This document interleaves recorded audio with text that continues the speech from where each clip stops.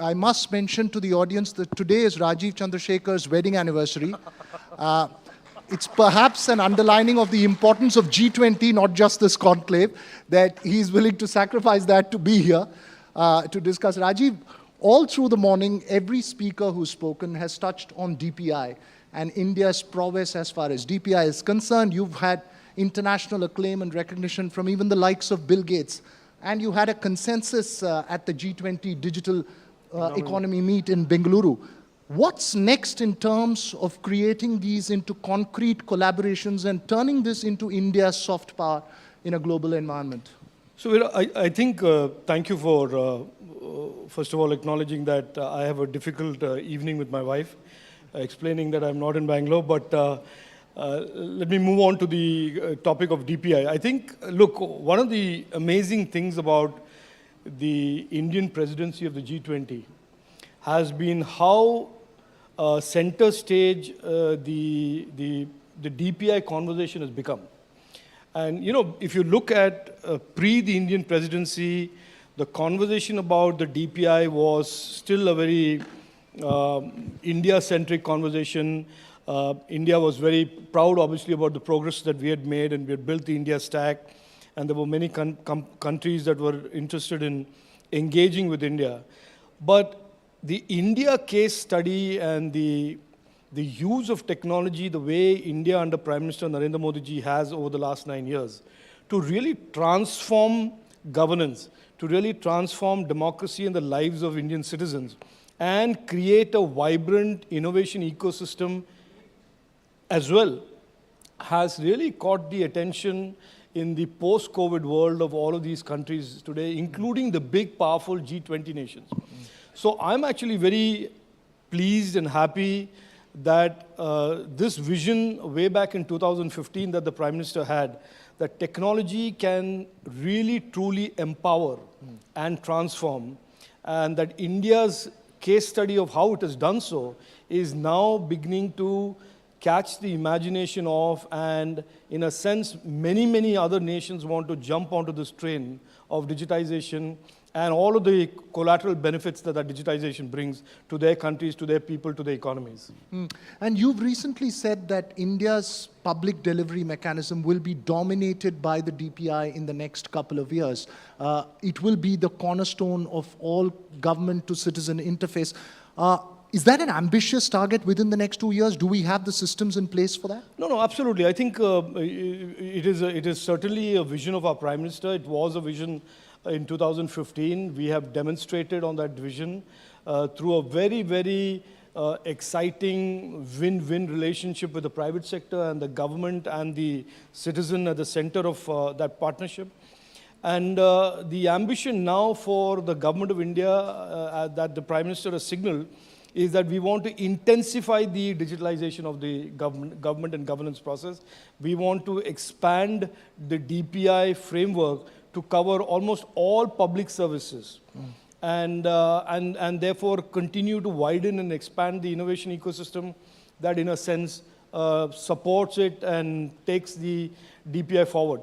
One of the, I'll give you an example about how far and how strategically clear the vision of our government and our Prime Minister is.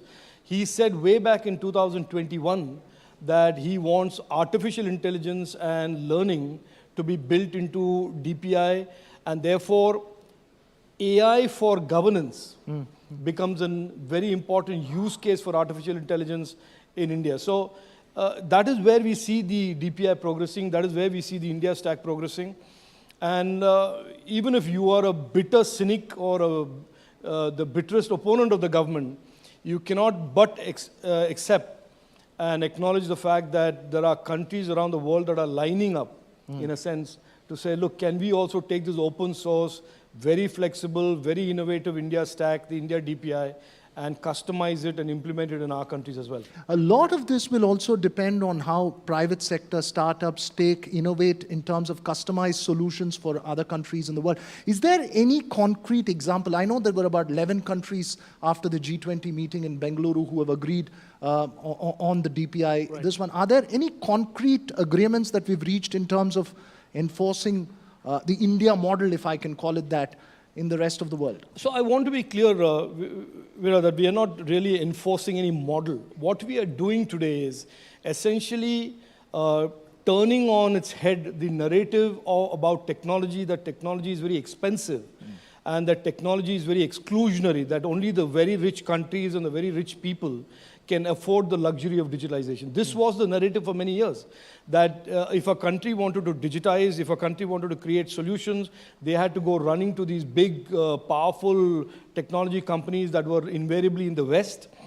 And that narrative has been turned on its head by the India DPI, because what the India DPI represents is really open source.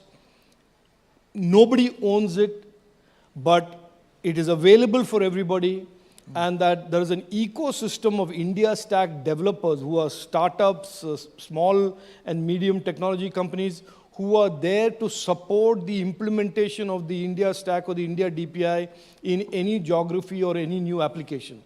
So we have an extremely vibrant ecosystem. And for those who don't understand the journey of DPI, I always use this example about the vision and clarity of our Prime Minister. If you see what the UPI is, the UPI is a use case, is a solution to solve a pressing use case of the government. For many years, people looked at India and said 100 rupees leaves Delhi, 15 rupees reaches the beneficiary, because the whole process, the government pipe, is so leaky and corroded that there is so much of corruption and leakage.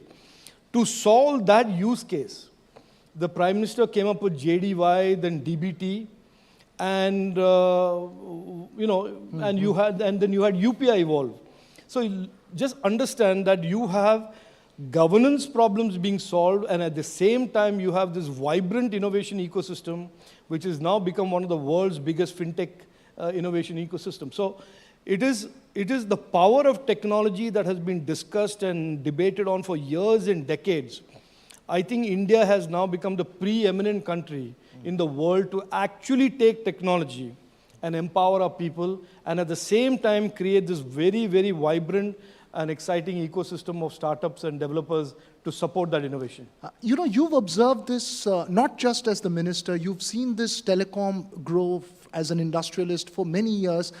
What, according to you, is that one aspect of India's story? And I'm asking this because there are several countries which don't know perhaps where to start in terms of establishing both the financial infrastructure as well as a governance infrastructure, while we seem to have made great progress.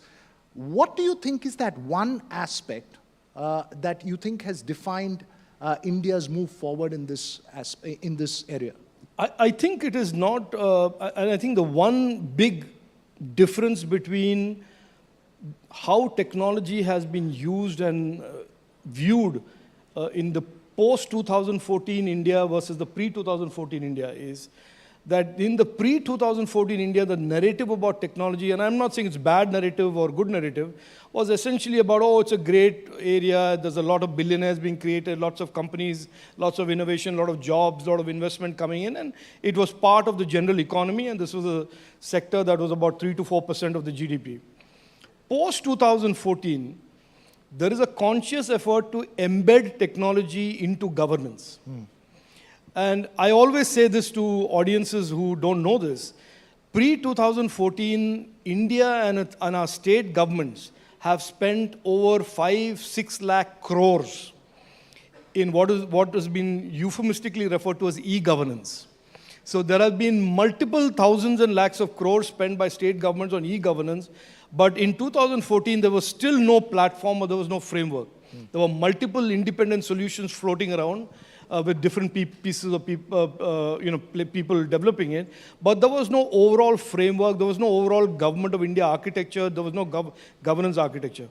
Post-2014, we had a political leader who understood the power of technology to improve governance. He made maximum governance his goal, which is our Prime Minister, and said, how will I use technology to deliver on that? Then the two became fused, And then you had solutions like UPI, you had an Aadhaar, which was a completely redesigned, rejuvenated Aadhaar, and you had the concept of a stack, which is Aadhaar, the UPI for payment, DigiLocker for storage, and all of these other layers that then came up. And frankly, if that vision and that clarity and that architecture had not been put into place before the COVID pandemic in 2020, we would be really floundering. We would be really we would have had a very difficult time during COVID. But the fact that we had built this architecture, built this framework, and it was already impacting governance and people's lives in a very real way is what helped us during the pandemic. And in a lot of ways today, the case study of India as seen by countries of the G20 and beyond is because of how technology helped us during this one really black swan event that all of the world experienced. It sort of puts India at pole. But Rajeev, as we go forward, if I may use the term digital legal infrastructure or a digital legal framework is absolutely essential as we move forward.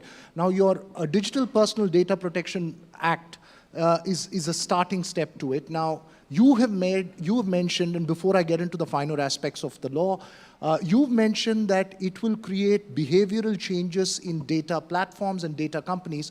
How are we going to ensure that the transformation is not disruptive both for companies as well as consumers?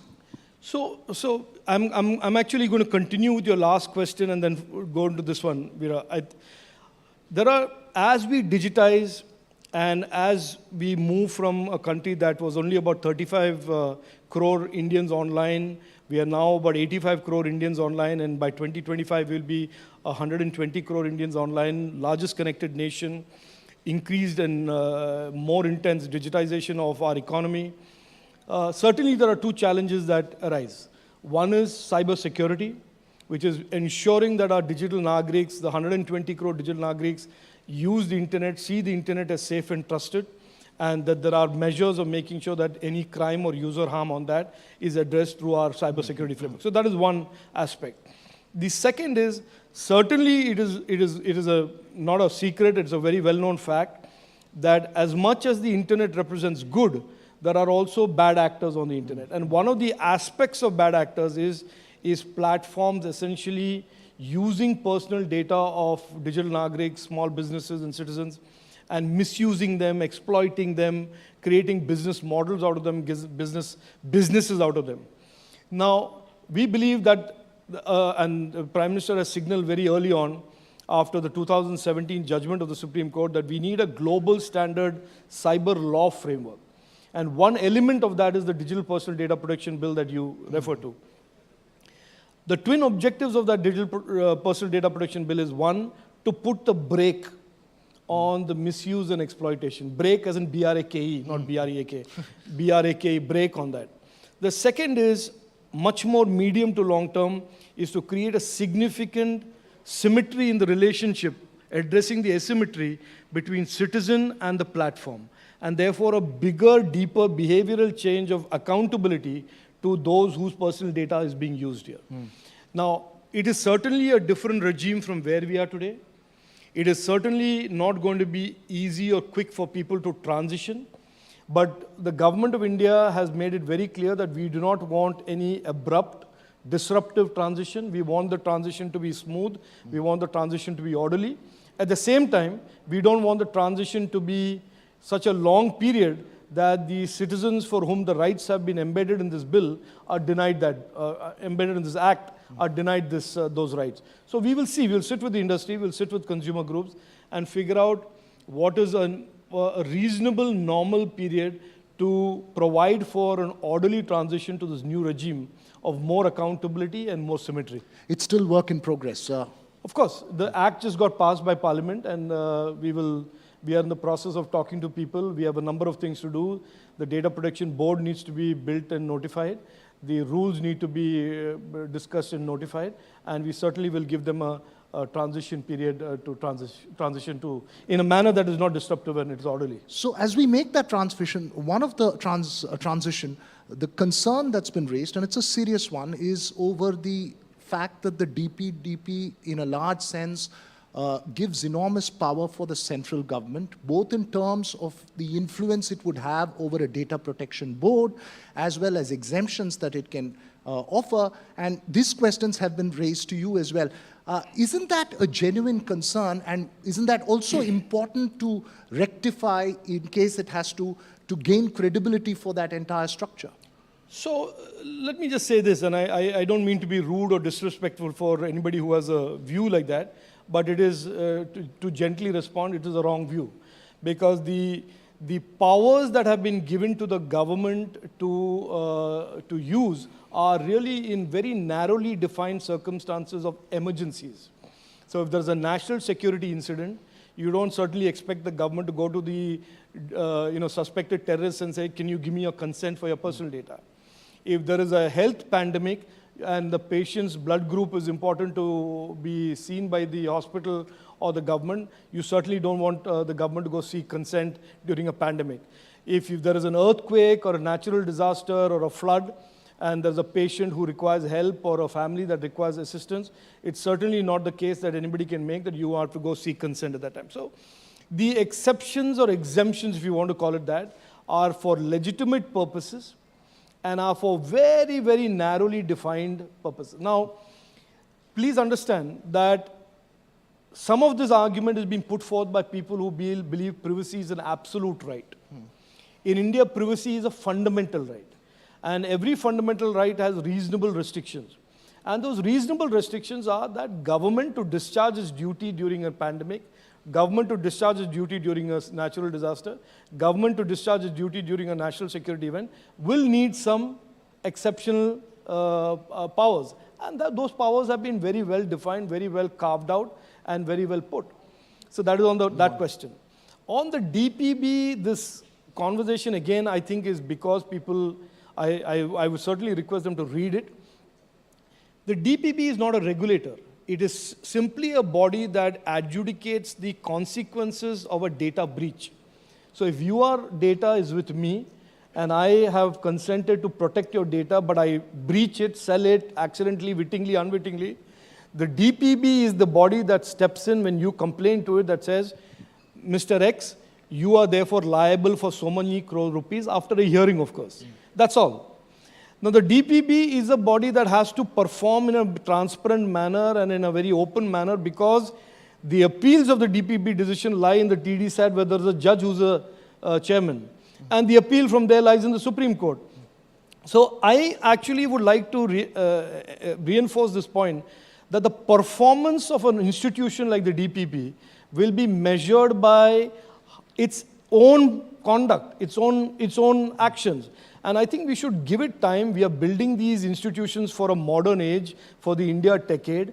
We certainly, for example, have not said that it should be only retired bureaucrats who should be manning the DPP. We want more and more youngsters to come out and volunteer to do 2 years, 3 years in these institutions. This is a very modern institution. We have designed it, conceived it, architected it to be a modern institution in this very, very modern space.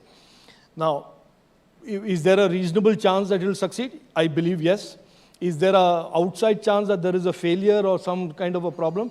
Any institution has a chance of failure. At that point, we'll intervene and we'll strengthen the design. Okay, let me ask you this way. I'm not persisting on this topic, but given the polarized atmosphere in the country and given the fact that there is an inherent fear of state control, is there something the government can do or communicate to ensure that the feeling or the perception of independence of the DPB is established? Given our history with institutions, it's important, isn't it? Look, I mean, I'm open to suggestions about what we can say. We can only say, look, it is independent, it will be independent, its actions will speak for louder than any words that I can put forth. And finally, look, any legislation, anything that we do for the tech space has to continue to evolve. By definition, anything we do in the tech space is always going to be work in progress. To believe that we have an ultimate, well-designed, perfect for the next 10 years type of legislation is fooling yourself. So fair enough, if down the road we find there has to be something that is done to improve its performance, broad-based, who comes in and mans the DPB, we will consider it. But I think at this stage to jump around phraseology like accountability, independent, autonomous, I think is not to understand the fact that we have designed this to be accountable. something that is independent is not necessarily the best. Something in the government is also not necessarily the worst. Now, ISRO just put Chandrayaan-3 on the moon. Nobody says that ISRO should be independent and ISRO should be not government. So I think this belief that somehow we are being told to believe again and again that being in the government somehow means it is not good and outside the government is good. I certainly can tell you I've been 18 years in politics. I've been many years as an entrepreneur. I don't buy that. There are great people in government, there are super people in government, there are bad people in government, and that applies to the private sector as well.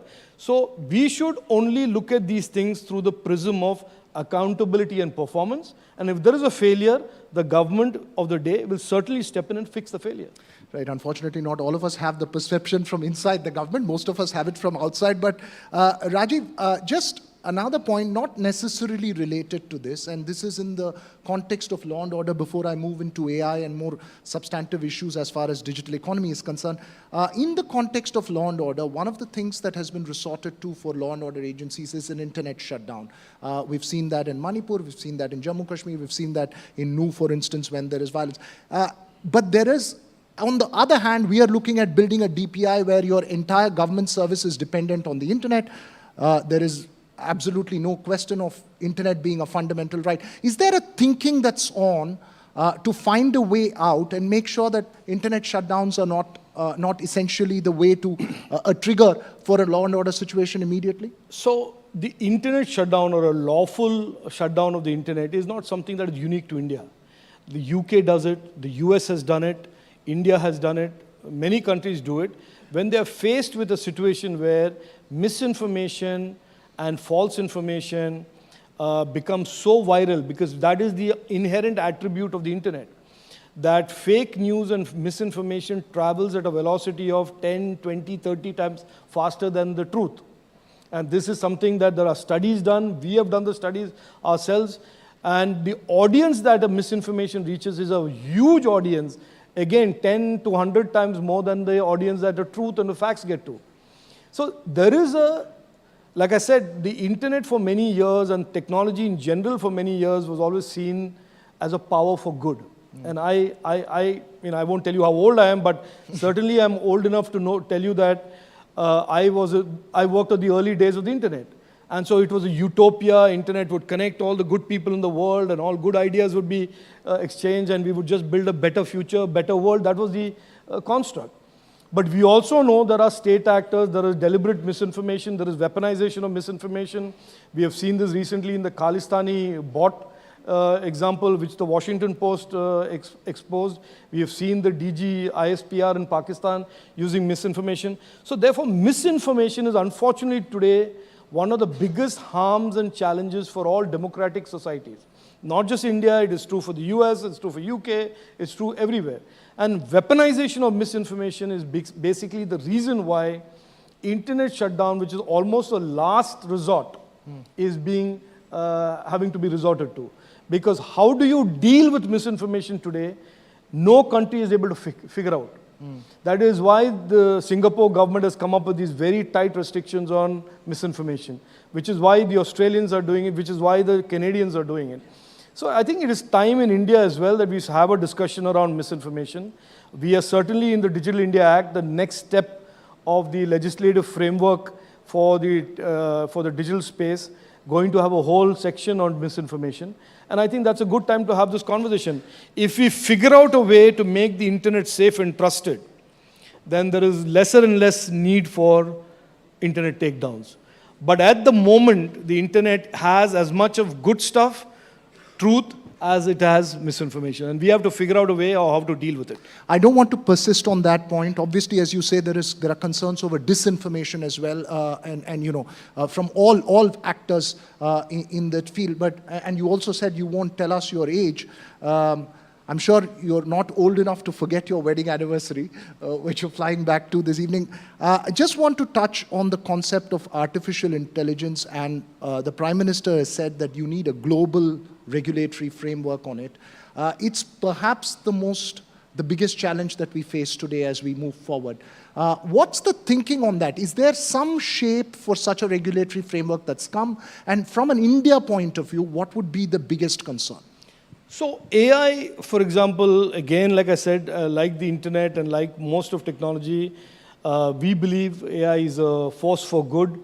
We have publicly said as a government that AI is a kinetic enabler of our digital economy, and we have a goal of $1 trillion digital economy, and AI will be a significant part of that.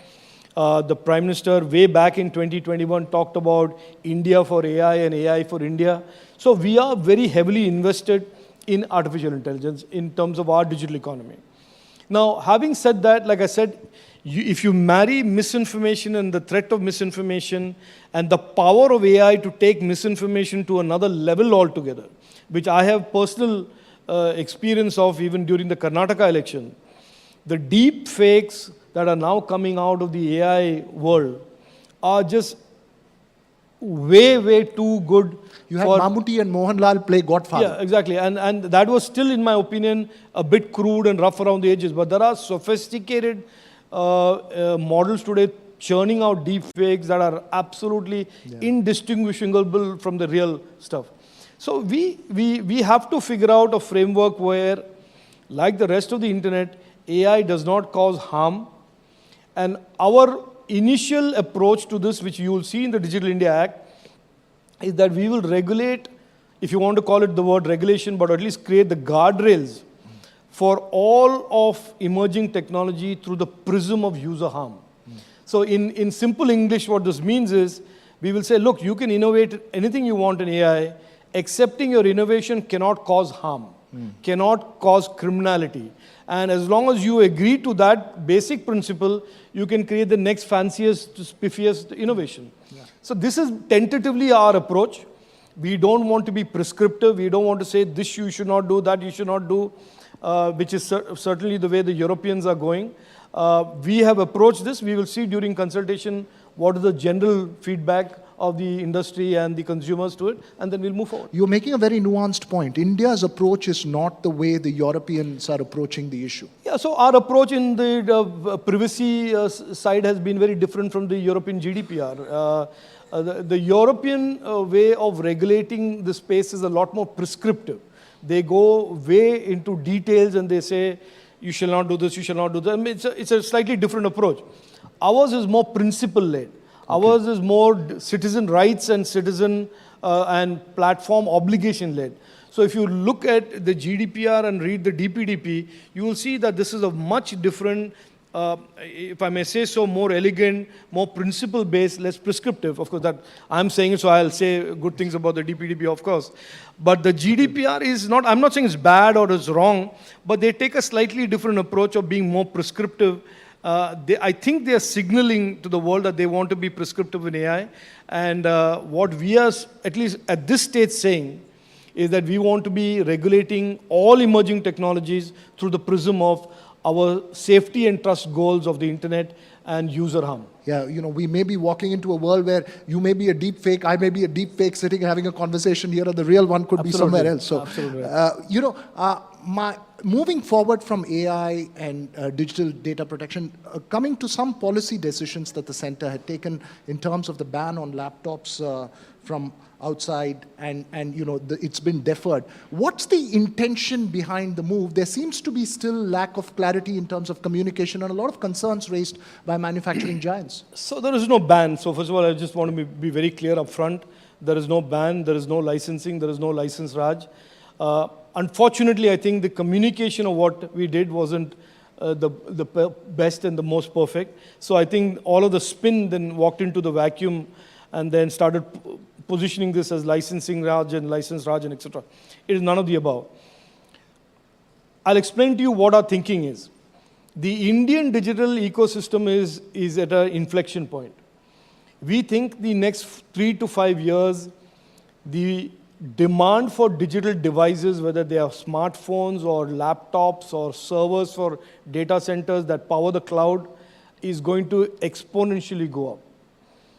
Now, as a responsible government, we want to make sure that everything that goes into the Indian internet ranging from an IoT sensor to a server that is powering a cloud, to a laptop, to a tablet, to a smartphone, are all trusted devices. And therefore, we don't want equipment coming into the country which is anything other than being trusted. Now, therefore, there is a, and in this particular context, I want to clarify that most of the servers and most of the laptops are manufactured in one geography, and I won't say the country's name, but you certainly get what I mean. And therefore, we don't want that dependence, don't want that strategic concentration of all of these digital devices that are coming into our country and building a digital ecosystem and network to come from anything other than trusted sources. So what we are telling the industry is that this is not a licensing, Raj, this is an import management system whose only goal is that we want in India, bought into India, imported into India, made in India, only stuff that is trusted by us. Okay.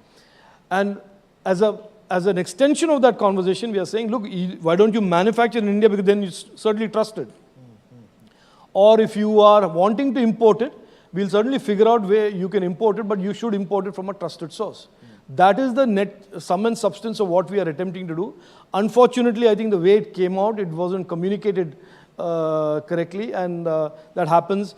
Otherwise, we do not do anything, and this government will certainly not do anything that is even remotely disruptive of the growth of our digital economy. That is an absolute promise, and that is not just my promise, it is a commitment from our Prime Minister. But at the same time, we have an absolute obligation and an important obligation to make sure what comes into our Indian internet, what comes into the digital ecosystem of India is trusted equipment, trusted devices, trusted sourced equipment. And by the way, this conversation goes into 5G baseband radio. It goes into NB-IoT types of radio modules. So this conversation is not just limited to these 3-4 categories. It's a broader conversation. And we don't want to be in the position of many Western countries today who are already up the curve and then find that 80% of all their equipment is from sources that are very dubious. Right. So, well, we are planning for the future. We are planning this as a very important part of our future. So it's not an economic decision; it's a security concern. It's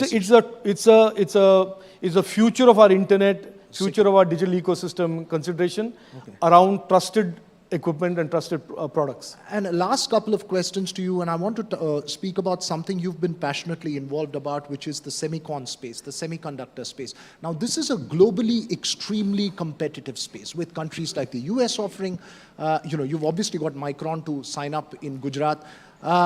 Is that space too difficult for India to compete in? Are we wasting too many resources? No, look, first of all, I will certainly tell you, not because I'm a junior minister in the Modi government or the Modi team, I will certainly tell you that there is nothing today in the tech space that is difficult for India. First of all, that has to be very clearly understood.